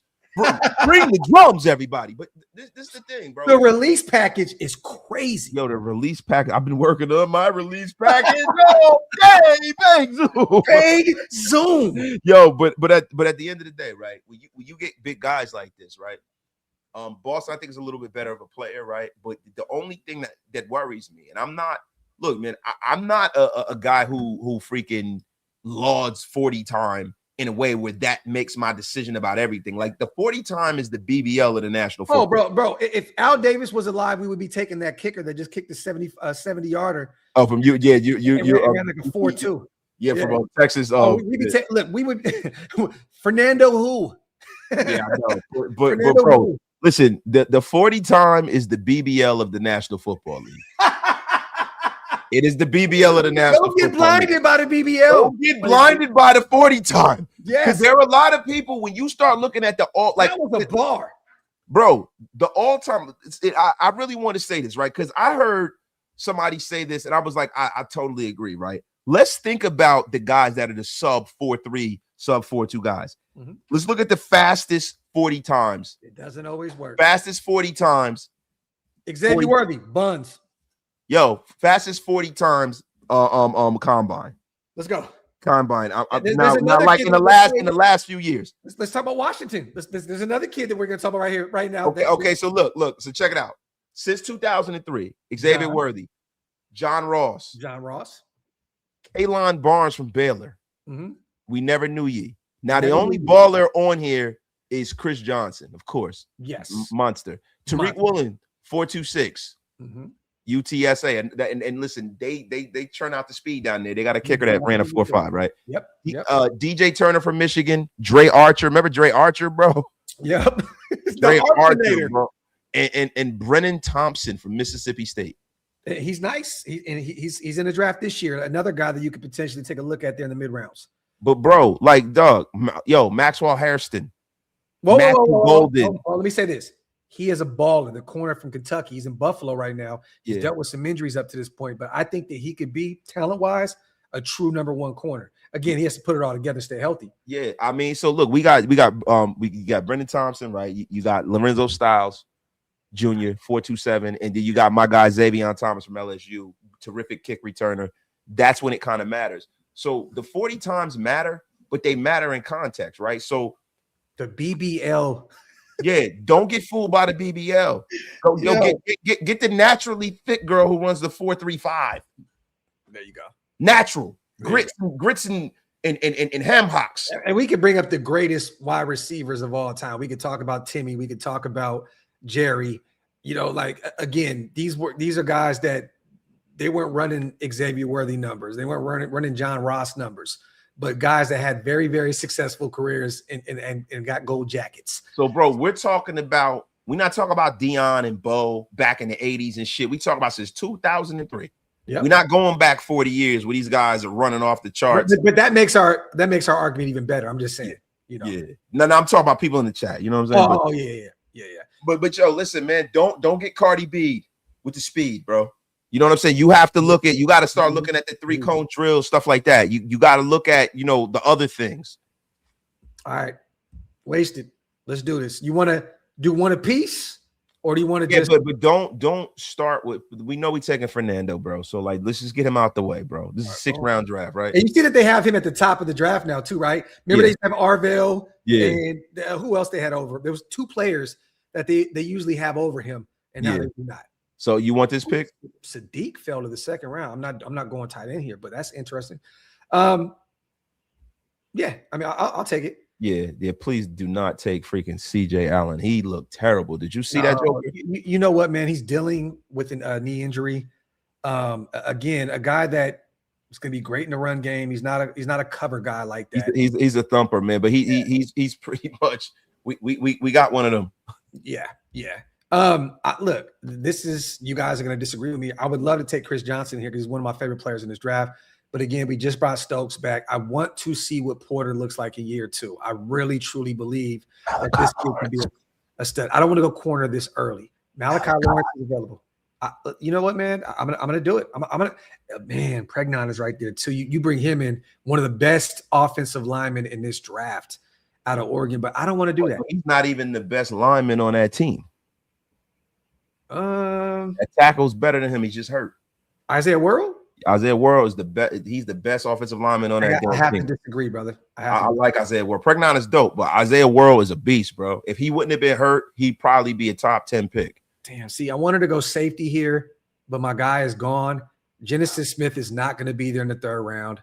So you know what, man? Y'all gonna hate me for this, but I'm getting my wide receiver. I'm gonna take the guy we just talked about. There, bro. Denzel Boston, baby. Yo, you are fucking up the plot, bro. I like Halsey too. I do. The LSU kid, I like him, but I'm not doing that. All right, so hey, put some pressure on you. Pressure cooker. This one's on me, right? So another guy right there too. Wait, I got to throw this out there. The Raiders had a Zoom meeting with Grayson Halton, the defensive tackle. He's a stud. A lot of people looking at him as a 3rd round, possibly 2nd round guy. The Raiders have a meeting with him. So yeah. So look, Kamari Ramsey there. Look, so look, go to my D tackles. Okay. Grayson Hall and Daryl Jackson. Orange will be available, and Jackson will be available in the next round. Yeah, Daryl Jackson will be available next round. Go to my linebackers. Let me see what we look like at linebacker. I mean, we went crazy in linebacker. Galladay. Yep. Deontay Lawson is my guy. I love Deontay Lawson, man. I think he's a hell of a player. Go to corner because we're gonna need base, right? Mm-hmm. Keontae Sott, Julian Neal, damn good young player. Go to safety. Is Dunker still on the board too? I'm not taking Dunker this high. Okay. Lewis Murphy is there. So, okay. Lewis Moore, I'm sorry. So he has a 3rd round, 4th round grade somewhere. Well, you know what? Look, like the thing is this, man, it's really hard. So let's go to best player overall in the draft. I'm sorry. Ramsey or Bud Clark there at the safety position for me. Yeah, Bud Clark's my guy, right? So, man, how do you feel about Keontae Scott? I like him. I think I know that PFSN has him right here at 58. I personally would. I think it's a little early, bro. Like from my evaluation, it's a little early, man. I would definitely, if he was available there with one of those 4th round picks. I would go Keontae Scott, right? I like Scott a lot. So look, man, I'm gonna have to go. We go my edge rusher, right? Because this is the thing. We got to make sure R. Mason Thomas is right there. Mm-hmm. 3rd rounder. Jacoby Lane's there too. But yo, go give me R. Mason Thomas, bro. Oh, so you're gonna go. Wait. I like Joseph's too, though. I didn't know Joseph did. We'll go down a little bit. You're gonna go undersized edge here, huh? I like him, man, but I'm not gonna do that. I'm gonna go R. Mason. Okay. I'm gonna go R. Mason. Tom, you know why? Look. So let me ask you though. Okay. So what does that defensive line look like with R. Mason Thomas right now? Yo, he is a guy that, you know, if Tyree Wilson shits the bed, he can be a 3-4 defensive end, man. Okay. I mean, why? You don't like that? No. Look, you know, I've been very high on R. Mason Thomas, and I'm actually kind of shocked that he's still there. That he's dropping down a ton of boards. Remember, he was originally a first round, graded type guy, and then he was always there at 36, right at the top of the board. And now he's here at 72, which is kind of crazy. Well, the thing is, he had a little quad injury. Okay, but remember, this is your pick. I'm just saying, Kuntz, Kwity Paye, Max. I mean, there's a ton of guys there that they're going to need. Me personally, this is your pick. I'm going safety. Bro, this is the thing, man. I really want to get value because we got so many 4th round picks. Right, I want to get value. I want to make sure, because I know there are a lot of these guys, the safeties, the corners. We're going to get more value because there's more of those guys than there are, what we got here as far as edge rusher. If I'm going to go get me a young edge, or I'm going to go get me a young zero tech, I can get my zero tech in the next round, okay, right? Go ahead, I can't get an effective pass rusher. Well, I'm hoping that one of these safeties drop because I'm going safety here. Now, this is the 4th. I would have took my safety in the 2nd or 3rd. With no trades. So Orange is there. Damn, this might be Allen's my guy. You got Kilgore right there. That's a safety right there, and a guy that can play the corner position, play safety as well. He's just an all-around weapon there as a DB. I may have to pull the trigger here because I think we need, honestly, a safety. We got a quarterback, wide receiver, big time. So damn it, man. But Clark was there too. Big Citrus is available, man. Yeah, but don't worry, he'll be there for me. I'm letting you know right now. I'm taking him. Kilgore might be the guy, but I'm gonna go Bud Clark here. Bud Clark's he's a better prospect as far as just Bud Clark. Give me Bud Clark. All right. So Big Citrus is still there? He's gone. He's gone. All right. So look. Oh, we already got a receiver. Damn it. But yeah, Malik Benson, my guy there. Phil Moore is a damn good tackle. Let's go to DTs real quick so you can check it out. Sheesh, man. Zane Durant is there. Oh, Dante Corleone is there too, as well. Dante Corleone. It's between Zane Durant and Dante Corleone. Godfather Corleone. Yes, but gotta give him an offer he can't refuse. You might be available with the next pick. Nah, bro. Nah, we this is a need. We have to prioritize need, right? But the thing is, I need to see out of these two guys who's the bigger guy. As far as 287, very undersized with Durant. This is 335, 6'1". I mean, Corleone's a big dude. Yeah, Corleone's my guy. Okay. I'm getting my zero. I love it. I'm here for it. So now we're clicking here because now we got some needs, but we also got, I think, remember, you guys, our BPA is not their BPA. Just because you see a guy at the top of the board does not mean this is just a website. Like, again, we have our own players. Malachi Fields is there in full effect, bro. I mean, I already got Denzel Boston. But so what, bro? You have had the twin triple towers out here. All these big ass wide receivers. Right, but we need a corner here. I think we need a corner here or a linebacker.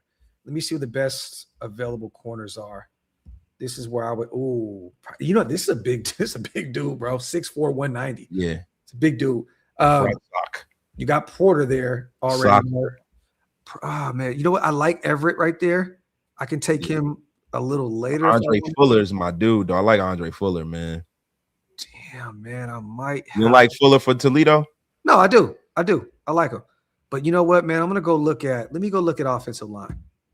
Because I think one of those corners are going to be available here. Best guards. I like Jalen Cooper, man. He'll be available later. Tackle. Billy Scrath is nice too. Diego Pounds is there. We got Emil Wagner from Notre Dame. I'm really high on him, and Phil Lamo too is nice. Shit, you know what? I'm not gonna play around here, man. I'm gonna go get my corner. I'm not doing this. And man, I might just take the kid out of Washington, man. I might have to double up with Boston and Prysock. But damn, I like Everett as well out of Georgia. You know what? I'm gonna get my guy to Georgia. Give me a Bulldog. It's a Bulldog off season for us. Yeah, it's a Bulldog world. Yeah, man. All right. So we got an edge. We got a Romello Height is still available, bro. Yeah, it's only on this website. And honestly, though, I see him dropping down a ton of boards. But this is where you go get this. You're a linebacker guy. Wasted. Yeah. I think this is offensive line or a linebacker here. Yeah, look, man. Romello Height, man. Another edge right here. Bro, this guy is a beast, though, bro. I don't think he's going to be available here, though. But, I mean, if you want to double up here, I mean, bro. You know the thing with me. That's crazy. Pick range 19 to 181. And bro, the thing about Romello, I'm gonna take Romello Height, and I know you're gonna say we don't need him, but this is the thing, man. With this, we got a lot of guys, you know, like Malcolm Kuntz and Tyree Wilson. 1 year deal. Yeah.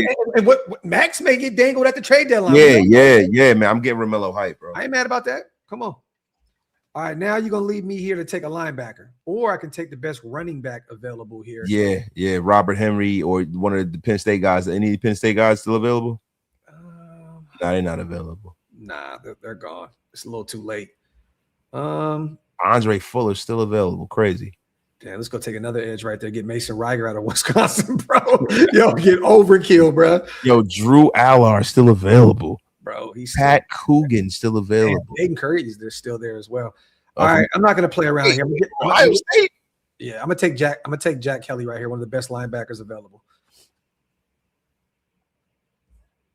Man, yo, this has to be the running back pick, right? Yeah, it's got to be a running back. We need a running back, bro. We got to see who's left on the market. Real quick, before we get there, Spivey says Banks is a stud. Crazy numbers he threw at the combine. His injuries worry me, so maybe Hunter or McDonald. Okay, McDonald, man, I think he's gonna be a first round guy though. Yo, Banks is my guy though, man. So to Spivey, my dog. Caden, I think he's gonna go in the first round, late 20s. I don't think that he even makes it anywhere near. Well, he'll make it near 32, but I don't think he's gonna be there or 36. Raider Hater, thank you for making it feel like football Sunday. My dog, thank you for being here. Over 1,000 people rocking with us on a slow news week. You guys are goated. Hey, what's up with that thumbnail? Wasted looking like a young Malcolm. TV. Yeah, bro, that joker called me Kansas City Red, man. Say Red. Yo, I know Archie 22 years. If you wrong, you dead. Yeah, all right. So look, there you go. John Owens. Yo, Noah Whittingham is so little. Whittington. Yo, I do that too all the time. Yo, I'm going Jaden Knott. There you go. Former Fernando Mendoza teammate out there, Cal. If it wasn't for an injury, man, he'd be definitely been off the board way earlier than this. I like that. So now we can kind of just take some promise here, like try to find some potential here. I wouldn't be against that. But what I'm gonna do is, man, I'm not gonna play around. I'm gonna go get me Caden Barnett here, the guard out of Wyoming. Give me over Emil Wagner, the tackle from Notre Dame with the long ass arms. I don't know, bro. I really don't. 6'6", 295, bro, beast. Look, that's a wasted guy. Charles Grant guy. I do not want. Look, man, I am good with Charles Grant and our guy DJ Glaze right there, battling out the right tackle position. Give me another guard here and give me Caden Barnett, baby, out of Wyoming. And there we go. There is our draft. We got our quarterback, of course, Denzel Boston at 36. R. Mason Thomas, another edge, undersized, but a guy that a lot of people say can be the next Nick Bonito.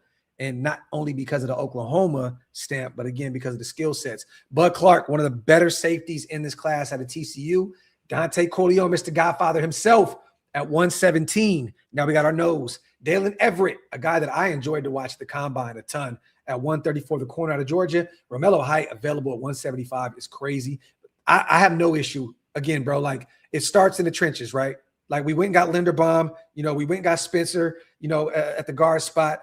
I like the guys that are coming back again. Charles Grant, year 2, Caleb. I think building the trenches, you can never have enough edge rushers. I'm not against this, bro. I think that you were right in that pick right there. Jack Kelly, linebacker, my guy out of BYU. Excited about him. Again, we already revamped that second level of our defense, so I had no issue waiting until 185 there. And again, a guy that I think can start off as a special teams demon and potentially be a guy that can give you some real live bullets out there. Jay Knott, 208, former Cal product, Oklahoma running back. I'd love that pick at 208. And then Caden Barnett, a guy that you can kind of, develop behind the scenes, and potentially he can give you some reps there at the guard spot eventually down the line. I like this draft. I do, man. It's a respectable draft, and it's realistic. Yeah. And that's in those particular scenarios is realistic. Yeah. The only question mark that I have is if Romello would be available that late. But again, if he's there, right? Look, if he's there, you take him. Yeah, he's out there. Look, bro, him and R. Mason Thomas. Then again, remember, we're thinking about the future, you guys.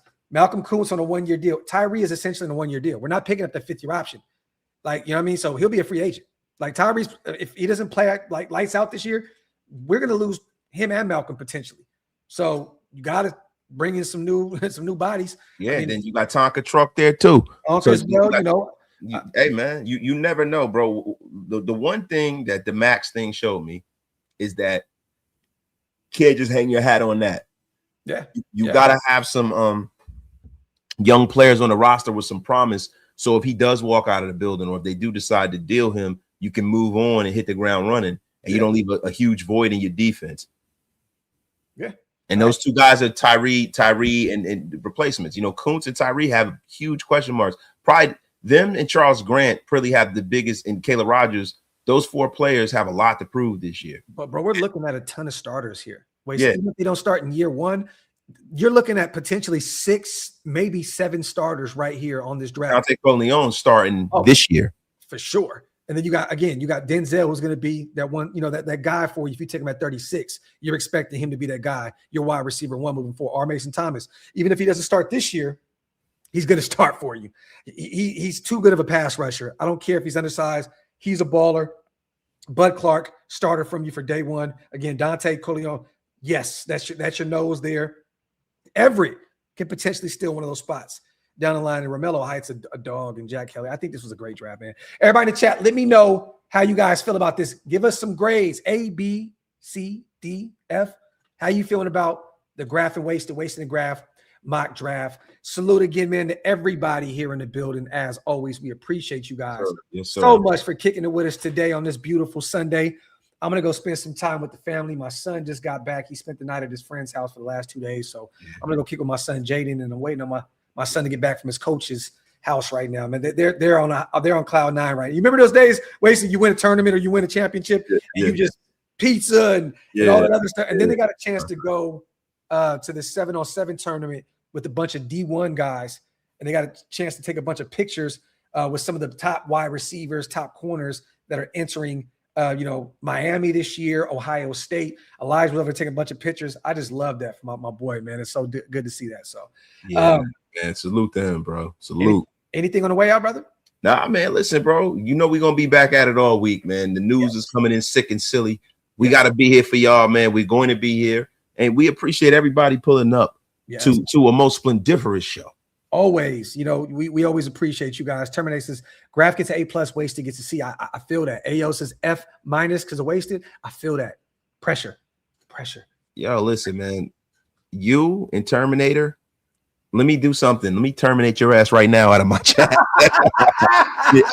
Unceremoniously block Terminator Raider. Yo, and nothing like this on the way out, that fire content. Salute to my guy, CJ. Man, my voice is kind of content. There we go. Salute to Dan. You're the GOAT, brother. We appreciate you. Other than that, you guys, we will be live all week long. I know I have a coffee and convo tomorrow. Wasted to have his solo show. We got a bunch of guests on the lineup, so stick around. Draft talk it's draft season here, you guys. So expect that. And then we've been talking about this a ton, publicly and behind the scenes. Expect a ton of pre-recorded content on the way. Me and Wasted have this new thing that we're going to be doing here, you guys, where we're going to pick a position every single day, and we're going to upload a video, and we want you guys to grade each in comparison. I'll pick a corner. Wasted picks a corner. We'll do a 5-minute, 10-minute breakdown of them pre-recorded. Then we'll come together and do the live, and we'll talk about it. So, moving forward, we got a lot on the way. Yes, sir. So, other than that, man, love and appreciate you guys on the way out. Wipe them feet, man. Pay your bar tabs. Hit that subscribe button. We are outro on. Touchdown!